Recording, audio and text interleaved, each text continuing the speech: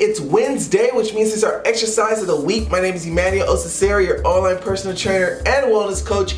And today we're going to continue our bodyweight home exercise series with dips. Now with dips, we're going to work the back of our arms, and there's a couple of ways to do it, so here we go. Now one thing that you can do is put a chair against the wall. You're going to put your hands flat against the chair, knees at about a 90-degree angle, okay? And then you're going to go all the way down and squeeze the back of your arms to come back up.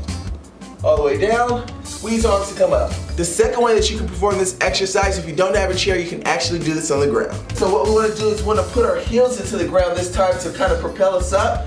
Hands are still flat against the surface, and what we're going to do is squeeze the back of our arm again, and down, and down, and down. Now if it's kind of hard for you to lift your actual body weight off the ground and do a dip like that, then try this third alternative. We're going to have our heels planted into the ground, except this time instead of going up, we're going to go back and come up.